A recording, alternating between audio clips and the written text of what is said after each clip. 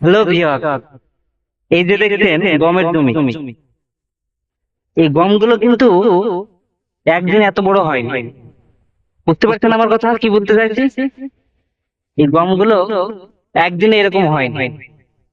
প্রথমে চাষ করতে হয়েছে, তারপর বীজ রোপণ করতে হয়েছে, জল দিতে হয়েছে, পানি, অনেক কিছু।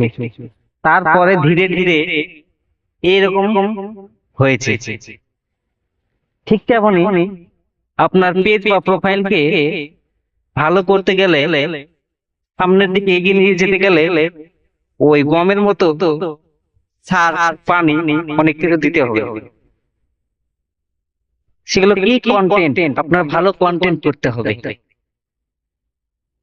আপনার ভিডিও কোয়ালিটি ভালো রাখতে হবে, তবে আপনার পেজ প্রোফাইল এই গমের মতো আস্তে আস্তে অনেক বড় হয়ে যাবে। বুঝতে পারছেন আমার কথা?